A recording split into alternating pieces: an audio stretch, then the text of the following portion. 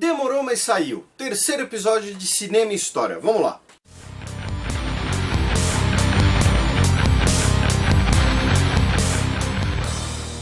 E aí pessoal, meu nome é Felipe Figueiredo, mais um vídeo de xadrez verbal aqui no YouTube.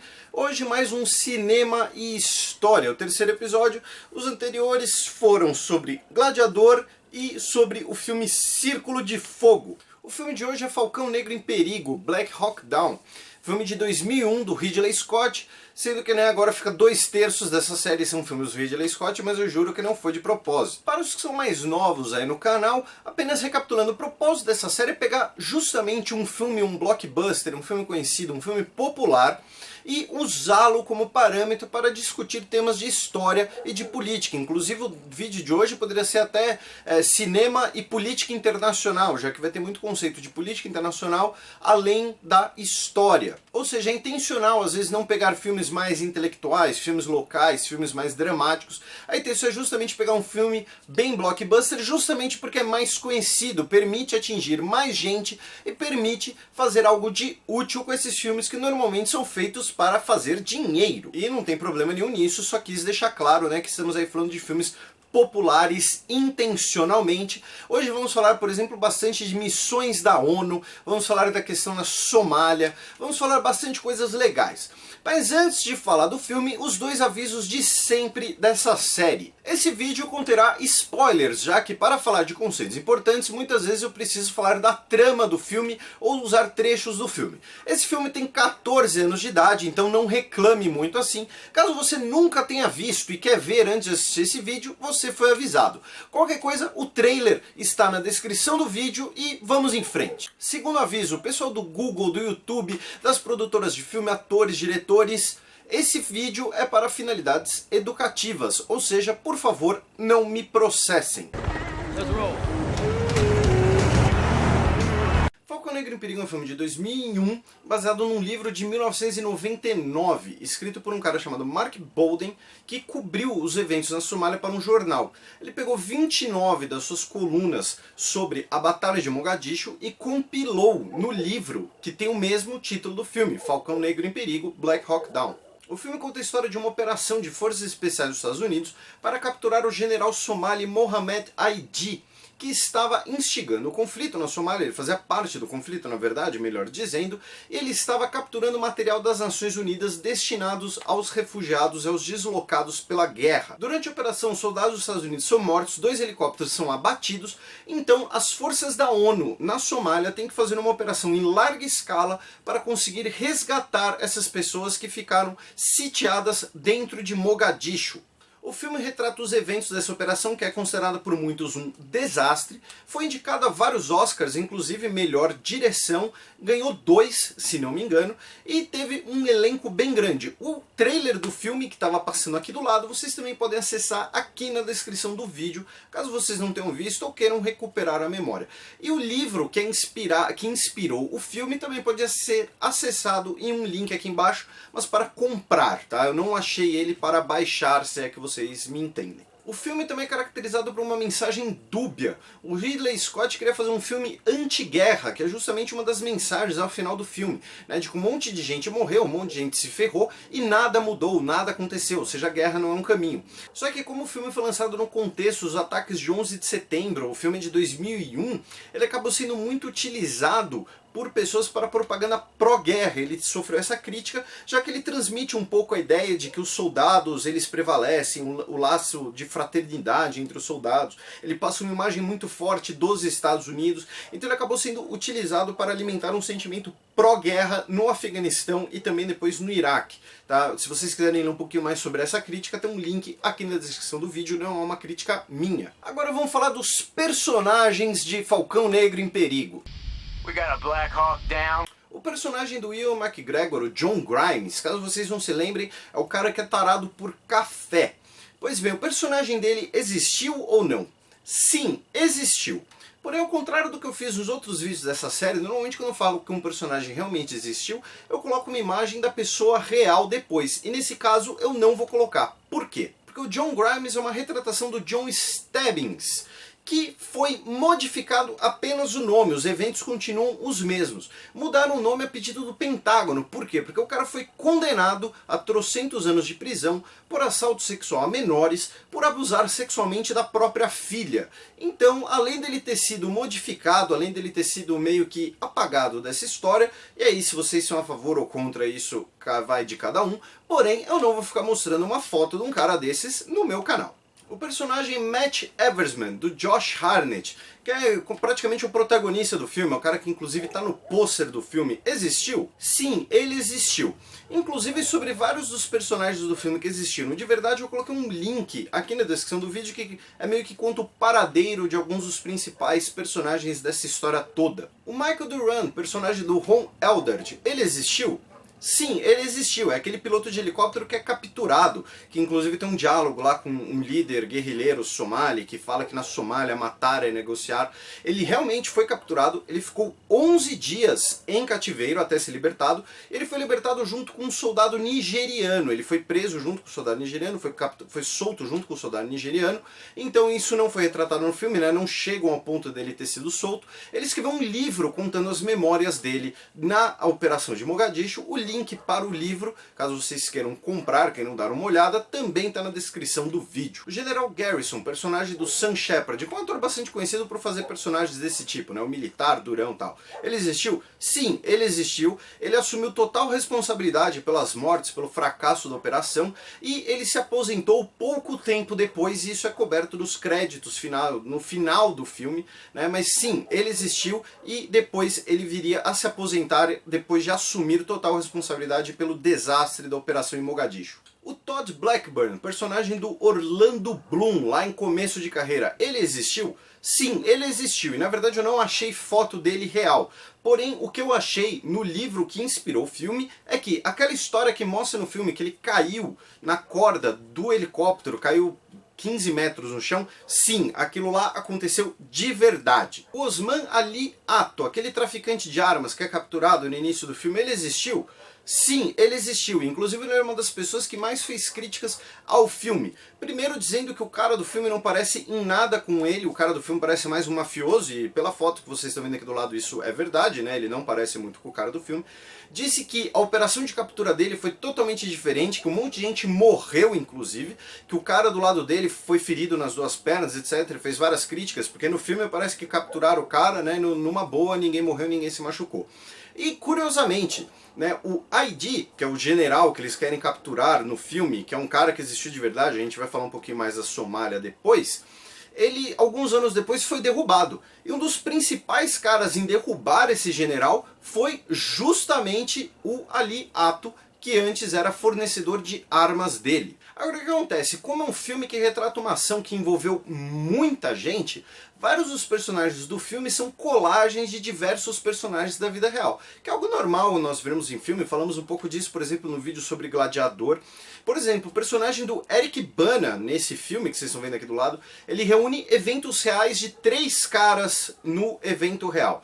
Então, caso vocês queiram saber um pouquinho mais sobre esses personagens, repito, tem algumas referências na descrição do vídeo. Se vocês não quiserem, é o suficiente, já que, lembrando, é um filme que vai romancear um pouco a realidade. Agora, 5 conceitos interessantes que podemos estudar com o filme.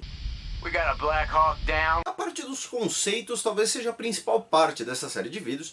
O primeiro deles é, obviamente, falar da crise na Somália, né? Aqui do lado que vocês estão vendo é a bandeira da Somália.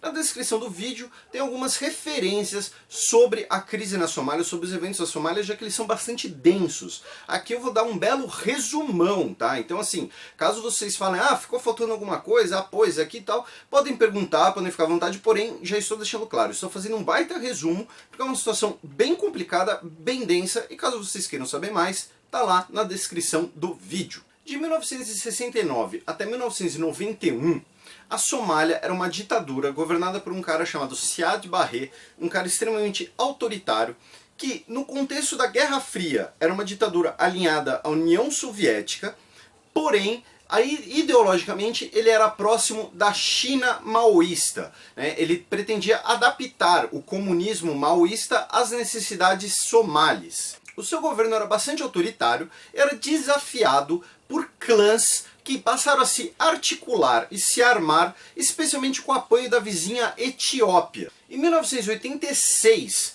nós temos o início da Guerra Civil na Somália e o Barre vai ser derrubado em 1991. De 1990 até 1992, nós tínhamos 10 grupos disputando o poder na Somália, especialmente após a queda do Barre, já que nós temos o que se chama de vácuo de poder. Nós temos uma ausência de um poder central, de um governante central, de um representante legítimo, e vários desses grupos ficavam disputando, normalmente baseados em lealdades de clã e baseados nas regiões. A Somália virou um estado completamente pulverizado e sem lei estabelecida. Foi nesse contexto que nós tivemos a intervenção das forças da ONU na Somália, que ficaram lá até 1995.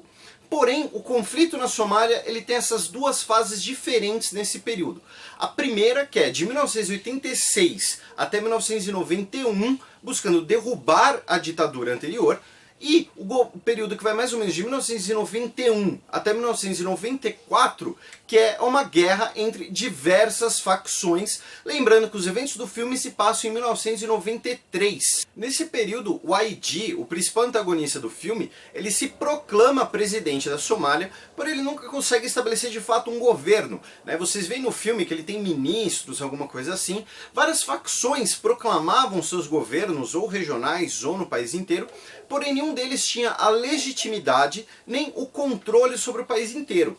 Na verdade, de 91 até 2012, a Somália passou por diversos períodos de conflito, de guerra civil, de regiões dominadas por facções longe do governo central, intervenções das Nações Unidas de forças externas, tentativas de reconstrução do país, mas nesse período ela foi considerada por 20 anos um failed state, um estado falho, numa tradução literal, porém o conceito é o chamado de estado falido. É um estado que não existe, não há um representante legítimo, não há um representante legal, há uma disputa interna de poder. Isso só foi encerrado de vez, de facto, em 2012 com uma nova constituição. Mas a gente vai falar da Somália hoje um pouquinho mais pra frente. Agora vamos falar de tropas de paz da ONU, mais especificamente dos tipos de tropas de paz da ONU. Inclusive no começo do filme o letreiro fala em peacekeepers da ONU, mantenedores da paz. Isso, de um ponto de vista teórico, está errado. Nós temos 4 tipos de tropas, de forças da ONU, de missões da ONU. A primeira é a peacekeeping, manter a paz, que é quando nós temos o final de um conflito.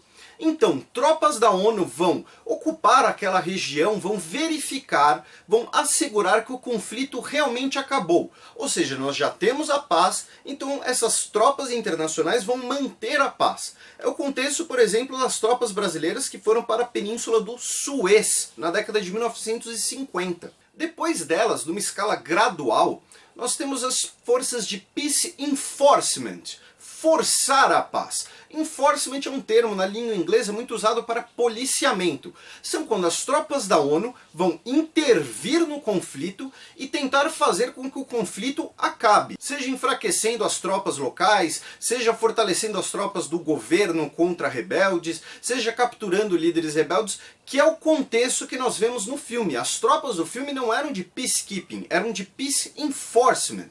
Porém, esse conceito é considerado obsoleto hoje em dia, já que ele é visto mais como uma agressão que, no fim das contas, inclusive é parte da mensagem do filme, não muda muito o cenário. Mas nós ainda temos 2 tipos de missões da ONU. O próximo é o conceito de peacemaking, que são tropas que podem até intervir no conflito, porém, além de intervir, elas vão supervisionar um processo de paz, ou seja, negociações, estabelecimento de cortes locais para prender criminosos daqueles atos anteriores, como aconteceu, por exemplo, no Ruanda. É a chamada força de peacemaking, ou seja, fazer a paz. E finalmente nós temos o principal tipo de missão da ONU hoje, que é considerado o tipo ideal, que é o peace building, construção da paz. Que é, por exemplo, a missão que o Brasil faz parte no Haiti. A missão no Timor-Leste, que foi coordenada pelo brasileiro Sérgio Vieira de Mello, que depois morreu em Bagdá e foi considerada um sucesso justamente porque era uma das primeiras missões desse tipo de peace building, é o tipo da missão no Kosovo, que consiste do quê? Você terá tropas intervindo, tropas encerrando um conflito, desarmando milícias, combatendo rebeldes, protegendo a população civil, enfim, você tem intervenção militar.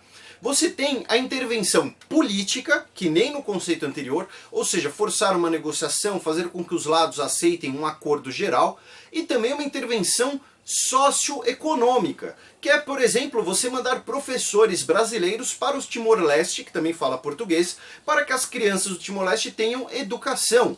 Você transferir escolas, juízes, médicos, dentistas, enfim, todo um aparato socioeconômico para a população afetada pelo conflito, que é, novamente, o que acontece hoje no Haiti, na MINUSTAH. E deixa claro, isso é uma explicação dos 4 conceitos, que tem muitos problemas, porém as críticas a esses conceitos nós podemos ver em outro momento. Aqui é aproveitar o filme para falar desses tipos de missões. E outra coisa, a diferenciação entre Peace Enforcement e Peacemaking, ela surgiu em 2008. Então, antes de 2008, se vocês verem uma fonte que fale, por exemplo, das tropas da ONU na Somália, provavelmente vai estar como Peacemaking. Até 2008 era considerada a mesma coisa, digamos assim, o Peace Enforcement e o Peacemaking. Depois de 2008 que passou a ter essa diferenciação da mera intervenção militar da intervenção militar e política. Lembrando que a intervenção da ONU no momento do filme era mais uma intervenção militar, ou seja, tentar se colocar no conflito e impedir que o conflito se alastre. Porque até pelo contexto internacional. Lembre-se, estamos falando do início da década de 1990, logo após a Guerra Fria. Quando, com o final da Guerra Fria, com o final do medo coletivo de que o mundo fosse ser destruído pela Terceira Guerra Mundial, pelas bombas atômicas, a prioridade da ordem internacional pôde deixar de ser a segurança coletiva e pôde passar para outros temas, como por exemplo o meio ambiente, com a Rio 92, e também o bem-estar em comunidades menos desenvolvidas ou afetadas por guerra, ou afetadas por seca também, como é o caso da Somália, e aí passou-se também a olhar para outras regiões do globo, já que antes você fazer uma intervenção desse tipo era muito provavelmente colocar ali um problema entre as duas potências hegemônicas na Guerra Fria e correr o risco de causar até a Terceira Guerra Mundial. Agora, quais foram as consequências para os Estados Unidos dos conflitos na Somália? Foram extremamente negativas, já que durante o governo Clinton, foi durante o início do governo Clinton, na verdade, viram que os Estados Unidos acabou sendo muito prejudicado, tanto internamente quanto externamente. Internamente nós tivemos vários mortos nos Estados Unidos, o governo tendo que prestar satisfações e muitas vezes aquela crítica do tipo, olha, nossos rapazes morreram para se meter num conflito lá do outro lado do mundo, entre gente que a gente nem conhece, num problema que não é nosso. E externamente ficaram com a imagem desgastada de terem feito uma intervenção na Somália, uma intervenção militar que deixou os somalis mortos, então acabou tendo um grande prejuízo para a imagem dos Estados Unidos, tanto interna quanto externa, tanto que pelo resto do governo Clinton, as intervenções dos Estados Unidos normalmente foram com aviões, com armamento de longa distância. Não houve uma invasão, uma guerra aberta depois no governo Clinton em larga escala, como chegou a ser na Somália. Isso só foi mudar com o nosso querido George Bush, especialmente por conta do 11 de setembro, porém a gente pode entrar em outras discussões depois sobre o governo Bush, sobre a ideologia do governo Bush. Porém, no governo Clinton, os eventos na Somália, os eventos descritos no filme foram muito impactantes, já que foram muitos americanos mortos e um grande preço político interno e externo. Então os Estados Unidos passou a adotar uma política externa um pouco diferente depois desse momento, foi um divisor de águas na política externa do Clinton, que passou a tentar colocar os Estados Unidos como um líder, porém na base da cooperação, não apenas na base militar, embora, lembrando, tenham sido tropas da ONU, não uma intervenção unilateral dos Estados Unidos. Vários dos personagens do filme são da chamada Força Delta. Inclusive o filme depois gerou uma série de jogos, né? um crossover entre os filmes e a série de jogos Delta Force. Né? Mas que catso é a Força Delta? Another taxpayer-funded Delta Safari. A Força Delta foi fundada no final da década de 1970 com o propósito de ser uma força de operações especiais. Porém, esse é um termo muito vago.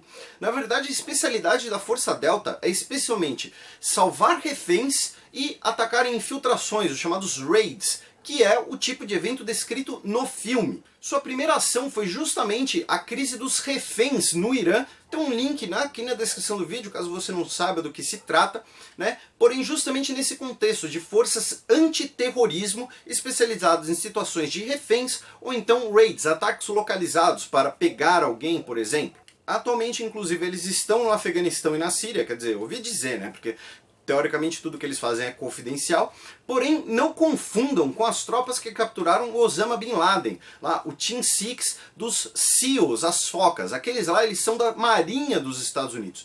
A Força Delta ela é do Exército dos Estados Unidos. Cada força dos Estados Unidos tem a sua própria ação de tropas especiais, algumas com diferentes especialidades. Outro tipo de tropas especiais dos Estados Unidos são justamente os Rangers, que aparecem no filme, porém eles têm uma função completamente diferente da Força Delta, tanto no filme quanto na vida real. Eles são mais para o conflito aberto mesmo. Eles, inclusive, têm uma história mais antiga. Por exemplo, na Segunda Guerra Mundial, eles já estavam em operação. Inclusive, se você lembrar do resgate do soldado Ryan, ali nós temos Rangers em ação. Finalmente, a Somália hoje. Quando pensamos em Somália hoje, muitas vezes, muitos de vocês inclusive devem ter pensado em pirataria. Por que nós temos muito piratas na Somália? Porque além de ser uma região extremamente subdesenvolvida, muito pobre, com facilidade de acesso a armamento, já que nós tínhamos, melhor dizendo, vários grupos armados rebeldes na região, a Somália ela está posicionada bem no chamado Chifre da África, bem no Golfo de Aden, que é a principal rota naval do mundo. Por quê? Porque ela está ligada à rota do Canal de Suez, que liga Ásia e Europa, liga o Mediterrâneo ao Oceano Índico. Então, vários dos principais navios do mundo passam por ali. Por isso que isso acabou fomentando muito a pirataria na Somália. Em 2008, uma força internacional assumiu a responsabilidade de patrulhar as águas da região e combater a pirataria, e também, de uma forma correlacionada, a partir desse momento nós tivemos o ressurgimento de um governo somali. Nos anos 2000, a luta na Somália deixou de ser entre diversos clãs buscando o poder central, mas passou a envolver também a figura aí do terrorismo extremista internacional, como por exemplo a Al-Qaeda. Por conta disso, o país passou a receber apoio de diversos outros países, inclusive países da região, como o Quênia. O Quênia é um dos principais atores na reconstrução da Somália, no combate a esse terrorismo. Isso progressivamente foi restabelecendo ligações e instituições políticas pela Somália, o controle do território, tirando esses grupos terroristas, assim como os antigos clãs rebeldes, e nós tivemos então, em 2012, uma Constituição da República Federal da Somália, reestabelecendo um governo somali legítimo e soberano por todo o território pela primeira vez desde 1986. Então a Somália era um estado falido, ela inclusive, por exemplo, não tinha representação nas Nações Unidas. Nós tínhamos uma série de fóruns de diálogos com representantes somalis, às vezes de diversos grupos, porém não dava para colocar um representante ali em nome do país. A partir desse momento nós passamos a ter inclusive uma representação da Somália permanente nas Nações Unidas, um governo constituído, e com isso a Somália deixou de ser considerada um estado falido. Hoje ela é considerada um fragile state, um estado frágil. Porém, já é um avanço, e principalmente aqui entra até um aspecto de análise um pouco subjetiva, colaborou muito para isso a cooperação regional, que é uma coisa que é muito pensada em relação ao problema no Oriente Médio. Porém, isso já é um pouquinho fora do foco. O fato é que, progressivamente, bem lentamente é verdade, a Somália está melhorando as suas relações institucionais. As questões sociais são muito afetadas ainda porque a Somália é uma região extremamente seca. Então, aquela questão das pessoas morrendo literalmente de fome é um problema que ainda permanece, assim como, por exemplo, no Sudão do Sul, que inclusive nós falamos disso num podcast recente. Porém, a Somália hoje está nessa situação com uma nova constituição desde 2012, é uma república federal. Depois desses temas sérios, 5 curiosidades sobre o filme. We got a Black Hawk down. Primeira curiosidade, os atores que interpretam tanto os caras dos Rangers quanto os caras da Força Delta, eles passaram uma semana de treinamento com as forças de verdade, tanto Rangers quanto Força Delta, e alguns disseram que inclusive eles ficaram moídos depois de uma semana com os caras. No início do filme, um tenente é substituído na liderança do seu esquadrão porque ele sofre uma convulsão na base. Isso realmente aconteceu no dia anterior ao ataque em Mogadishu. Tem a cena do ataque noturno dos helicópteros, os Little Birds. Isso foi verdade, inclusive segundo o livro do Michael Durant, na verdade os ataques foram bem maiores e bem mais incessantes, durante a noite inteira, praticamente usando sistemas de infravermelho. Falando no Mike Durant, tem uma cena em que um megafone, um helicóptero anuncia para Mogadishu inteira que ele não será deixado para trás. Isso é meio curiosidade e meio erro. Isso realmente aconteceu. Só que só a partir do dia seguinte, né? Como a gente vê, ele ficou 11 dias em cativeiro e no momento dos eventos do filme achavam na verdade que ele estava morto. A última curiosidade, na cena em que nós temos os dois snipers que são mortos perto do helicóptero abatido, um dos snipers está usando um fuzil que parece um pouco antiquado, um pouco mais antigo. É um fuzil chamado M14, que substituiu o M1 Garand depois da Segunda Guerra Mundial. Esse rifle ele é usado desde a Guerra da Coreia, no final da década de 1950 até hoje, e principalmente pelos snipers dos Estados Unidos, já que ele é considerado muito preciso. É considerado uma das armas há mais tempo em uso sem interrupção no mundo. E depois das curiosidades, a sessão favorita de vocês, 5 erros no filme. O primeiro erro é: em alguns momentos nós vemos os personagens com seu nome escrito no capacete, e também tem outro momento em que o soldado Orlando Bloom se apresenta para o soldado Ewan McGregor e fala o seu número de série. 721-63427. O nome escrito no capacete é algo completamente inventado para o filme, porque o diretor achava que os caras de capacete ficariam todos iguais, então para você poder distinguir qual é qual. E esse negócio de número de série, né, que o soldado tem o número de série, ele só fala isso no interrogatório, muito famoso em filmes da Segunda Guerra Mundial, acabou mais ou menos lá na Guerra do Vietnã. Depois eles usavam o número do seguro social, então tá errado. No final do filme, as tropas, voltando para o estádio ocupado pelas tropas paquistanesas, passam pela chamada Mogadishu Mile, né, que foi uma milha de caminhada que eles retornaram até as tropas da ONU. Isso realmente aconteceu, já que eles se soltaram do comboio por um erro de comunicação e o comboio foi na frente. Porém, eles não saíram correndo, desesperados, morrendo no meio da avenida heroicamente. Na verdade, eles seguiram um padrão tático e foram se escondendo e chegaram rapidinho ali no estádio, né, eles foram de forma ordenada. Uma das principais críticas ao filme foi que ele trata apenas das tropas dos Estados Unidos. Ele até cita as tropas paquistanesas e malaias. Everything they got. Pakistanis, Malays, I want their tanks. E os paquistaneses até aparecem em alguns momentos, porém eles e os malaios realmente participaram dos combates e foram essenciais durante a Batalha de Mogadishu. Inclusive, um ex-comandante, um ex-político paquistanês disse que ficou ofendidíssimo com o filme porque parecia que os paquistaneses eram apenas os motoristas das tropas dos Estados Unidos. Não, foi realmente uma batalha e essas tropas participaram sim. Tem uma cena em que o soldado, para ser machão, ele tira a placa do seu colete à prova de balas, dizendo que não quer tomar um tiro pelas costas.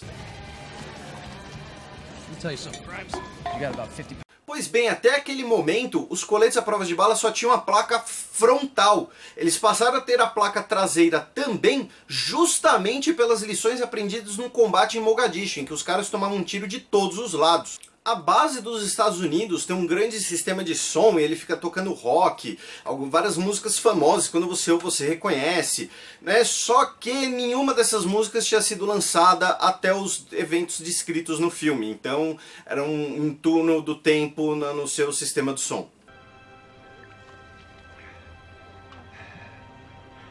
Agora, para encerrar, antes de irmos embora, tem que fazer uma certa crítica sobre esse filme. É uma coisa que eu costumo fazer nos outros vídeos também, só que nesse ela é uma crítica um pouco diferente. Por quê? Porque Gladiador, como eu disse no vídeo, ele é uma grande colagem de conceitos reais, mas é uma obra de ficção.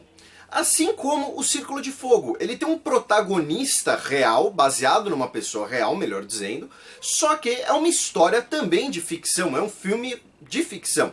O filme Falcão Negro em Perigo, mesmo tendo em mente que ele é um filme hollywoodiano, ele não é um documentário, ele não é para retratar de forma crua apenas a realidade. Temos sempre que ter isso em mente quando assistimos qualquer filme, tá? E não só nesse, isso não é necessariamente parte da crítica, é uma constatação. Filmes de Hollywood, grandes filmes, são para entretenimento que podem ser usados para fins educativos, mas eles em si não são documentários, não são retratos necessariamente fiéis à realidade. Eles sempre terão um quê de ficção, um quê de glória épica, até porque senão o filme ficaria muito chato, tá? Isso não é parte da crítica.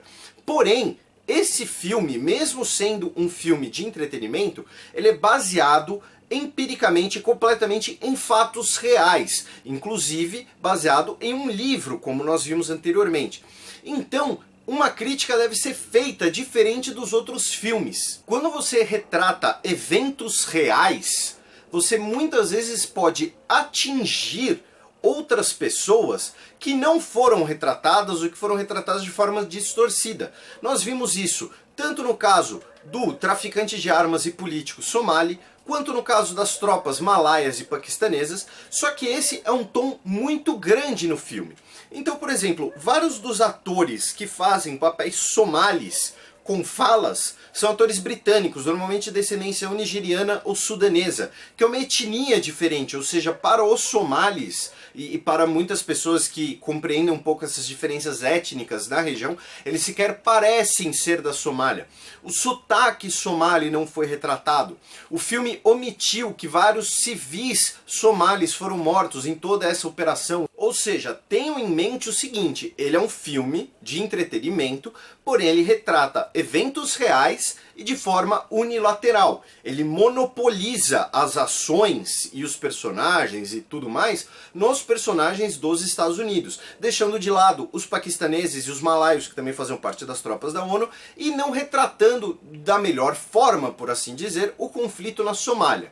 Porém, isso é uma crítica para vocês manterem-se alertas em relação a isso. Não diminui os méritos do filme, não diminui os méritos das lições que podemos tirar dos eventos transmitidos no filme. Não é uma crítica partidária, política, é uma constatação sobre o filme. E se vocês quiserem ler um pouquinho sobre essas críticas, além daquela paquistanesa que eu citei anteriormente, tem alguns links na descrição do vídeo. Então espero que vocês tenham gostado de mais um episódio aí de Cinema e História. Se vocês gostaram, compartilhem, divulguem o canal, divulguem o podcast, divulguem tudo que vocês quiserem. Comentem à vontade, críticas, dúvidas, elogios, sugestões de filmes, inclusive tem vários que vocês sugeriram que estão na lista, que esses vídeos eles demoram para fazer, porque eles demandam bastante trabalho. Mas enfim, é isso, espero que vocês tenham gostado, não se esqueçam de se inscrever no canal se você ainda não é inscrito. Valeu, até quinta-feira!